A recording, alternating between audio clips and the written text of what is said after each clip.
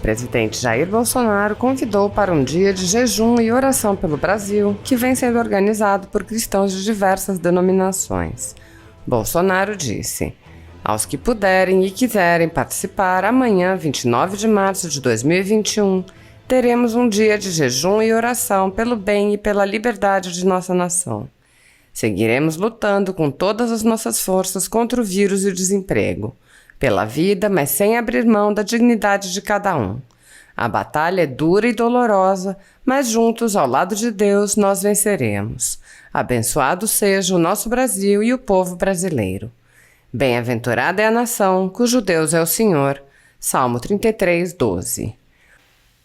O deputado pastor Marco Feliciano informou: iniciaremos hoje, domingo, às 0 horas até às 12 horas da manhã, todos em oração e jejum pelo nosso Brasil.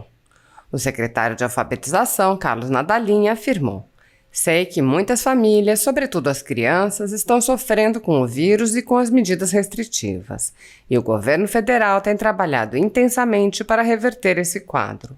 A Deus e a todos que estão privados do pão de cada dia, dedicaremos o nosso jejum de amanhã. O prefeito de Mirandópolis, Everton Sodário, disse: amanhã atenderei a convocação do presidente Bolsonaro para um jejum e oração pela vida e liberdade do nosso povo e convido toda a população de Mirandópolis a fazer o mesmo. Que Deus esteja ao nosso lado e mude o pensamento de algumas de nossas autoridades. Começo dizendo: Ravinu Sheba Shammai, Itkadash Meha, Avo Malhuter Yaseh, Ritzoha Kemo Vashamayim Kem Baaretz, Et Lehem Rukenu Teilano Ayon, ao nosso de cada dia nos dá hoje. Ó Deus de amor e de bondade, nós nos curvamos como autoridades agora aqui desse país tão querido, mas reconhecemos a tua soberania e pedimos a orientação, tudo que falarmos, fizermos, seja o melhor para a nossa nação. Ajuda-nos, ó Deus, usa o talento, usa, ó Deus, o conhecimento e tudo aquilo que cada um de nós tem, que foi dado por ti, e que nós possamos, ó Deus, ter uma reunião muito produtiva para o bem da nossa nação e para a glória do teu nome. Oramos e nos lembramos dos brasileiros e pedimos a tua graça sobre esta nação que te pertence. Em nome de Jesus, amém. Amém. A imprensa publicou hoje, né? Até fiquei muito surpreso, uma fala da Angela Merkel falando sobre o cancelamento de um lockdown previsto para a Semana Santa, isso mesmo. E ali, tá, ela fez ali uma meia-culpa, tá, e falou que foi um erro. Quem falou foi ela, isso eu estou lendo que está nos jornais, que já tem um jornal aí, como eu falei isso ontem no cercadinho aqui, que eu estaria mentindo. Então, se eu estou mentindo é porque eu estou lendo todos os jornais, né? Os jornais erram em muito, né? Mas aqui, nesse caso, nós conferimos aqui com o tradutor, né? Realmente, ela falou tudo isso aqui. E alguns jornais disseram que ela teve 4 minutos de história, né? Cada jornal fez uma referência a ela sobre esse meia-culpa dela, esse cancelamento do lockdown por ocasião da Semana Santa. E diz, entre aspas, aqui Angela Merkel, né, peço perdão a todos os cidadãos e a todos os habitantes da cidade. Outro jornal escreveu que esse gesto demonstra a capacidade de uma autorreflexão, que gostaríamos de ver também em outros políticos do mundo, com uma exceção pelo menos, né? Uma exceção pelo menos. Diz também aqui que o lockdown causou danos irreversíveis à sociedade. Chegou a hora de falarmos em indenizações. A pessoa, se isso vem para o Brasil, vamos lá. O governo continua trabalhando, né? Vocês lembram um tempo atrás, há 2, 3 meses, fomos acusados, né, que não tínhamos um planejamento sobre seringas, que iria faltar seringa no Brasil, faltava planejamento, faltava gestão, um ataque ali de 3, 4 dias em cima do Ministério da Saúde, em cima de mim, obviamente, que não teríamos seringa. E vocês sabem que começou a vacinação e não se tem notícia em lugar nenhum do país que esteja faltando seringa. É sinal, o governo se preparou e a imprensa resolveu, né, desgastar a gente, mentindo, sim, quase que de maneira unânime, no tocante à questão de seringas. A mesma coisa agora, a questão de kit de intubação. Tomamos providências, fizemos contato com várias empresas, entre a Cristal, a Eurofarma, a União Química, para buscar aí o material, então, usado, os insumos, né, para fazer a intubação. A gente espera, obviamente, que seja suficiente. Espera que seja suficiente. É uma corrida muito grande, além daquela que já não era mais esperada, né? E daí pode complicar realmente, mas estamos trabalhando firmemente no tocante a todas as pessoas que porventura sejam indicadas para intubação, isso aconteça com os insumos. O governo também coordena várias ações, tá certo? As ações coordenadas agora, a questão de ter ouvido muito na imprensa falar sobre cilindros de oxigênio. Então até amanhã começou uma operação dia 22 e segunda-feira e amanhã se encerra. De modo que chegarão 400 cilindros em Rondônia, 240 no Acre, 160 no Rio Grande do Norte, 100 no Ceará e 100 na região sul. Bem como, né, a Força Aérea transportou 550 cilindros de oxigênio líquido de Belém para Macapá.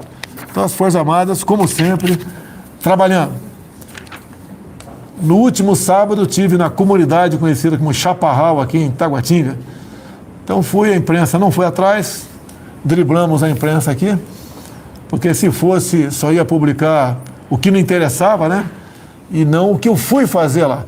Eu fui lá, como já fiz várias vezes da minha vida toda, como deputado muitas vezes, eu fui em 4 residências de pessoas da comunidade. A história é triste, né? Fui em 4, se fosse em 10, 20, 30, a história seria semelhante. Numa das casas, uma geladeira tinha um chuchu dentro dela, mais nada. Na outra, uma senhora que, manicure, falou que era obrigada a ficar em casa. E tinha um ganho médio de R$3.000 pelo trabalho dela. Zerou. Zero. Outra, que estava também em outra casa, trabalhava numa franquia, juntamente mais 9 pessoas perderam o emprego. Então as pessoas estão numa situação bastante complicada, tá? A alimentação praticamente acabou. Isso se reflete em muita comunidade, onde vive muita gente da informalidade. E a informalidade foi aquela mais atingida com a política do fica em casa, a economia a gente vê depois. Vimos na televisão um apelo do prefeito de Aparecida, que a cidade, em grande parte, a sua economia vem dos fiéis que visitam lá a igreja lá, a Basílica, e isso aí praticamente zerou essa atividade lá. Então ouvimos o prefeito falando que a cidade, além daquele pessoal mais humilde, né, a pessoal classe média também, que tinha comércio, etc., que a ordem de fechar vinha do governador e não do prefeito, acabou então muita gente jogado quase que a miséria lá. Bem, esse assunto chegou ao conhecimento do coronel da Polícia Militar, Melo Araújo, que atualmente é o presidente lá da CEAGESP em São Paulo, você deve conhecer, né? Colocamos lá, é um coronel que recém comandou a rota em São Paulo, e a CEAGESP precisava de alguém de pulso lá dentro para realmente combater primeiramente os ilícitos. Ele fez rapidamente, poucos dias resolveu isso, e ele se revelou um bom gestor também, vai continuar lá enquanto for presidente da República, e teve mais uma iniciativa, né? Quase que diariamente tem distribuição de alimentos na CEAGESP. Mais uma iniciativa dele. Juntamente com os conveniados, eu não sei o certo aqui, mas em torno de 70 toneladas de alimentos foi recolhido e o comboio partiu essa madrugada para Aparecida. Então, entre hoje e amanhã, haverá distribuição de cesta básica, hortifruti, né, uma série de alimentos mais variados possíveis para a população de Guaratinguetá. Então, eu agradeço muito. Guaratinguetá não, Aparecida. Agradeço o coronel Melaújo, o pessoal da CEAGESP, né? Caminhões do Exército Brasileiro também foram utilizados para esse deslocamento. Agora, a economia se parar, pessoal, se a política de feche tudo, né, de forma radical, continuar, a gente não sabe onde vai parar o nosso Brasil aí. Então, na favela Chaparral, na comunidade Chaparral, vimos os problemas lá. E eu gostaria que governadores, prefeitos, né, alguns devem fazer, com toda certeza, mas que a grande parte, a maioria, fosse visitar essas pessoas para ver como eles estão vivendo. Que nós aqui, eu, por exemplo, são casos diferentes, o presidente da República é diferente, tá? Mas um servidor público que trabalha na prefeitura, no Estado, ou aqui no Executivo, aí ficar em casa com um salário pingando todo mês, não tem problema nenhum. Agora, se fosse ficar em casa sem salário, daí, obviamente, essas pessoas, esses chefes executivos, seriam pressionados pelos respectivos servidores. E, com toda certeza, a medida seria diferente.